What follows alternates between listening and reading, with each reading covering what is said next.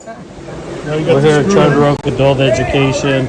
We're putting in screws. You gotta put pressure, constant pressure. We're teaching people how to use a screwdriver. There you go.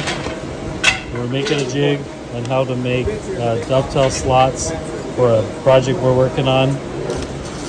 We're using quick screws.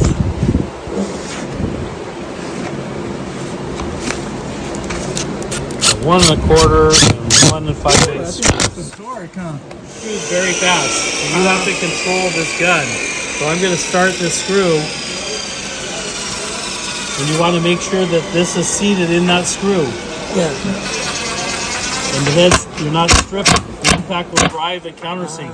These screws have little tabs on here, nibs, they countersink. These are self-tapping. But if you put the screw in and you back that up and put pressure on the head of that, you are not going to spin that. So I can turn this on and off so it pulls tight. I can use an impact to countersink that. So I like these quick screws better than any other screw, but on any screw, if you don't seat this properly in here, you're going to strip the head. So I would practice that on something else. Wow, those are really nice.